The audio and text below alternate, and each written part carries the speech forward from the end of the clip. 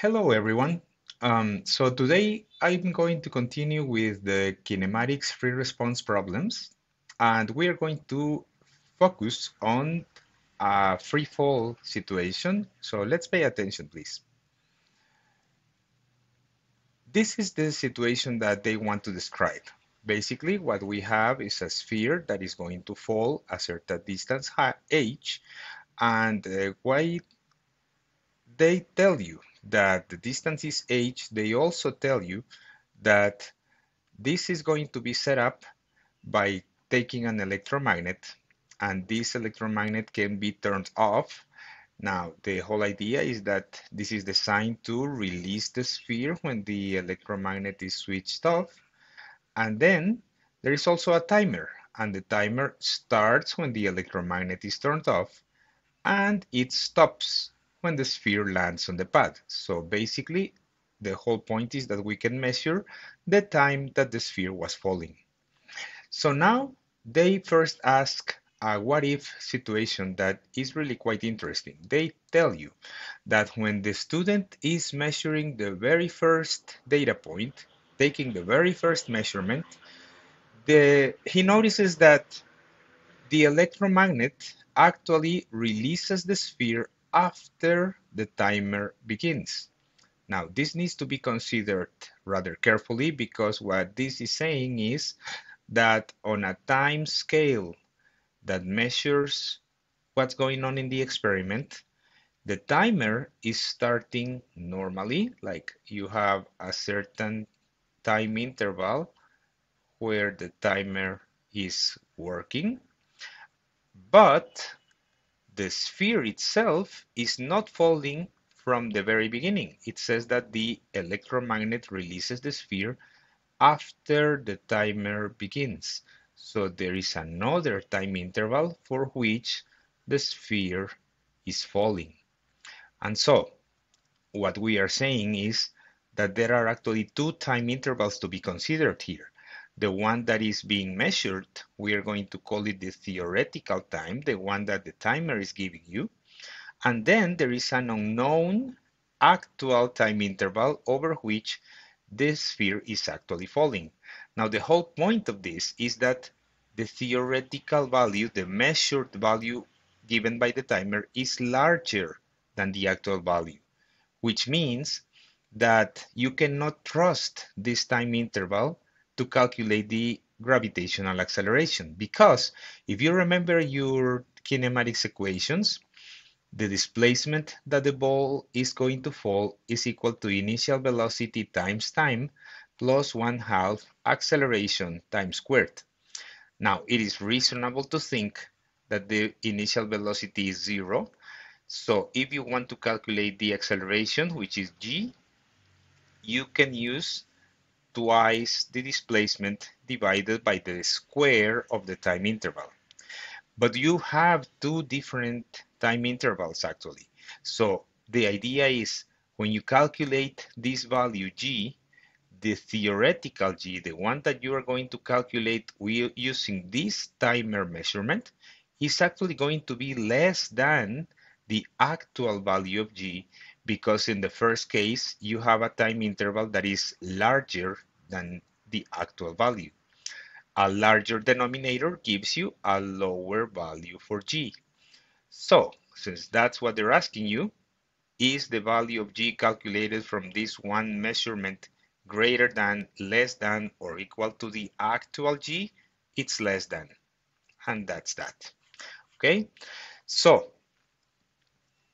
once they clear that up, they tell you also that they fix the problem, they give you another electromagnet, and now you collect data to get the value for g. So let's go there. You have now several different values for the heights and times that are supposed to be correct, and you want to use that to get the value for the gravitational acceleration. So they tell you now that you should use the quantities in this table to graph a straight line whose slope could be used to calculate a numerical value for g. Now you should remember that if you are considering displacement, the equation in kinematics that gives you that is initial velocity times time plus 1/2 acceleration times squared. Once again, it is perfectly reasonable to say that the initial velocity is 0.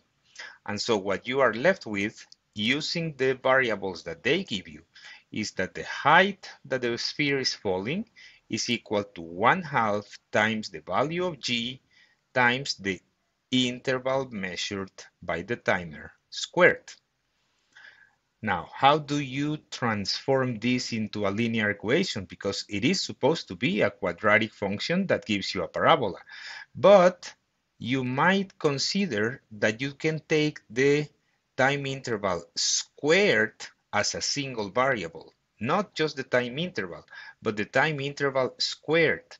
And then that works as your independent variable, and the height from which the sphere is falling can be thought of as the dependent variable. In that case, what you're doing is that you're considering that this is like y, this is like x, and this is like the famous slope m.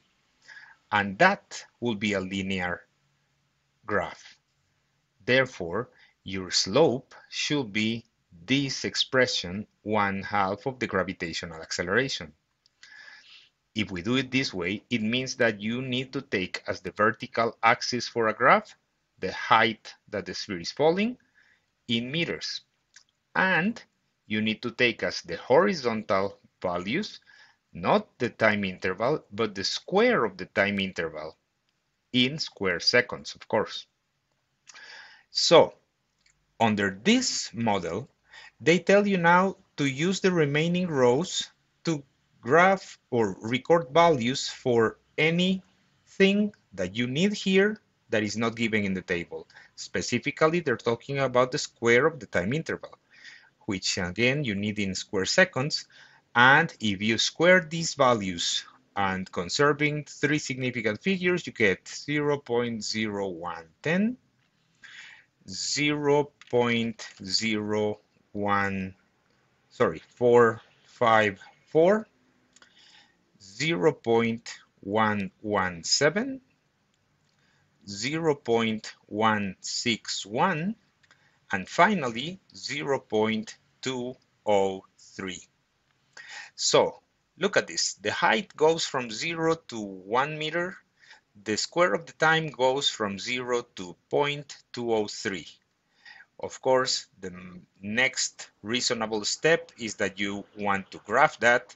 And if you're going to graph it, you want a 0 over here.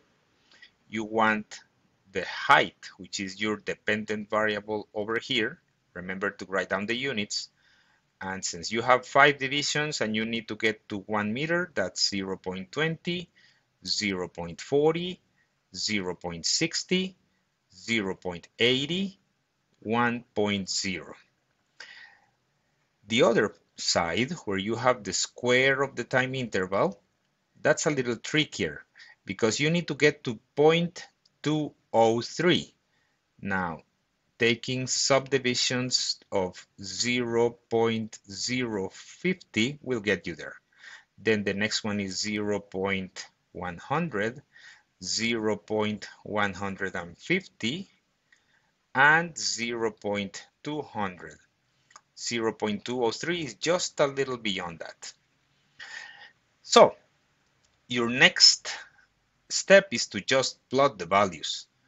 You have 0.0110 for the horizontal axis, 0.10 for the vertical axis, that's somewhere around here.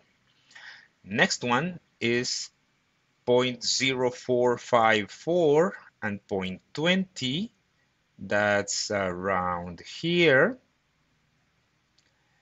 Now you have 0.117 and 0.60, which is about here.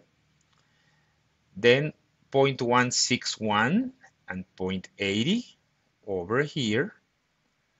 And finally 0.203 and 1 meter, which is over here. So The 5 points look very nicely like they are over a straight line. Of course, you can take your ruler and remember that you should draw this in such a way that some points are above, some points are below your line, and you try to be as fair as possible, getting closest to all points as possible. So now, once you got your best fit line, of course, what they want is to use that straight line to calculate an experimental value for g, which always has to do with the slope. And in order to get a slope, you need to mark some points here. The points should be on the grid, on the line, never points that are in the table unless they are also on the line. So this is a good point, and this one has coordinates, let me see, 0.020 seconds squared and 0.12 meters. So that's one good point. And another good point could be, for example, this one over here, and that will be 0.170 seconds squared and 0.84 meters. So there you have 2 points to calculate a nice slope. Now remember, what's our model here? The slope is supposed to be 1/2 of g, because what you're doing is that you're getting the height as the slope 1/2 of g times the time interval squared. So this slope is calculated as 0.84 meters minus 0.12 meters divided by 0.170 seconds squared minus 0.020 seconds squared, and that's supposed to give you 1/2 g. Now the value that you get from the calculator in this case is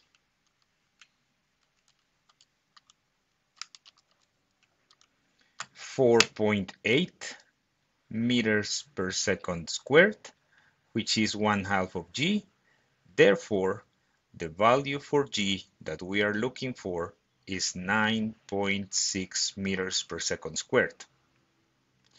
Using a linear regression method, which is a statistical method that gives you the most accurate value, you get 9.67 meters per second squared. So this is a nice, pretty good answer for a graphic method, which is what they are going to ask you all the time. Now, they tell you that you want another student's work, which is a quadratic model, to make computations about this motion.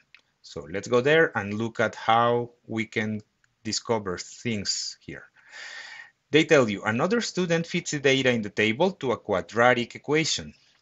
The student's equation for the distance fallen y as a function of time t is y equals at squared plus bt plus c, where a is 5.75 meters per second squared, b is negative 0.524 meters per second, and c is positive 0.080 meters. Vertically down is the positive direction. So, given that information, they tell you to derive an expression for the velocity of the sphere as a function of time.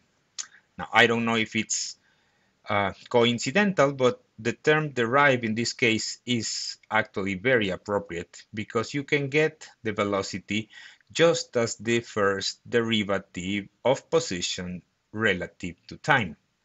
Now, given that this is the derivative of the function at squared plus bt plus c, remember that the derivative of t squared is 2t, so this is 2at plus the derivative of a linear function is constant, and the derivative of a constant is 0. So 2at plus b, that's a perfectly good answer. Also, if you want to give an answer with numerical values, 2 times 5.75 is 11.5 t minus 0.524. Any of those is completely correct as a function of velocity with respect to time.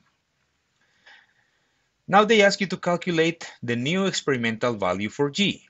And the whole point here is that you can take this equation, at squared plus bt plus c, and you can compare it to your kinematics formula for position. The final position is equal to the initial position plus the initial velocity times the time plus 1/2 of the acceleration times the time squared.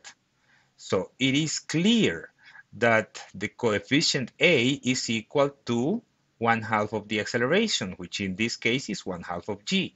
So according to this model, g is equal to twice the coefficient A. That is twice 5.75 meters per second squared. So in this model, the gravitational acceleration is 11.5 meters per second squared. And that's the answer that they're looking for. Now, they tell you that answer is a little strange, so let's calculate the experimental error or percent error with an accepted value like 9.81 meters per second squared. Now, that's a no-brainer. The experimental error is always calculated the same way. A percentage error is always the difference between some accepted value, in this case an accepted value for g, and your experimental value like this, divided by the accepted value, and you multiply that times 100 to get a percentage.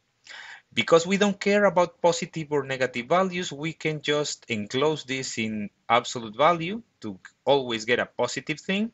And so what you get is the absolute value of 9.81 meters per second squared minus 11.5 meters per second squared divided by 9.81 meters per second squared times 100, and that gives you 17.1%, which is rather large, but that's what the model tells you. And that's the answer that they're looking for. Finally, another thing that they want to see is how this model can be used to predict certain things about the motion.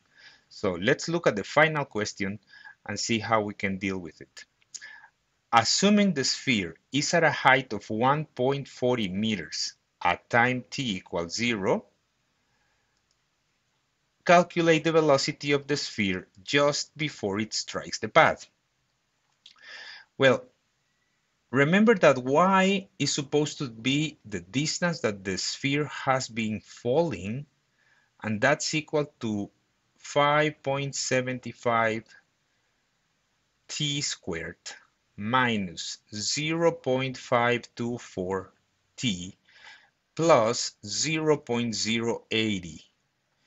Now, there is this idea with mathematical models that they don't really adapt exactly to what the object is doing. Like, if you take y at the beginning of the motion, which is y at t equals 0, what you get from this model is 0.080. Now, that's not supposed to be the position of the sphere at that time, but that's what the model says, and you have to follow the model. So you take the initial position of the sphere as 0.080, and now you say, well, if this object is going to fall from a height of 1.40, then you can take that the final position is actually 1.40 meters. Therefore, when you consider the displacement, which is final position minus initial position, that's going to be 1.32 meters. Once again, we're not saying that this is a real thing. We're just saying that's what the model is predicting, that in that time to fall to this final position, the object has been moving 1.32 meters. Now, you also have an initial speed, which according to the model is not zero. According to the model, your initial speed is negative 0.524 meters per second. And you also have an acceleration, which once again, you have to follow the model. It's twice 5.75 or 11.5 meters per second squared. Now look at this closely. You have a displacement, you have an initial speed, and you have an acceleration, and they are asking you for the final velocity. Of course, there is a kinematics equation for that. That's the final speed squared is equal to the initial speed squared plus twice the acceleration times the displacement. So your final speed, and it's supposed to be positive because it's going down, and in this model, down is positive, negative 0.524 meters per second squared plus 2 times 11.5 meters per second squared times 1.32 meters. And if you plug these values into a calculator, you get 5.53 meters per second. That is the answer that they're looking for with this application. Now, there are at least two more ways to do this. One of them is by using kinematics, by first finding the time that it takes to fall, and then the final velocity with the formula that we derived before. The other one is by using conservation of energy. But we're going to stay with this one. And so this is how you use a mathematical model to predict. I hope you enjoyed the problem, and I'll see you later. Bye.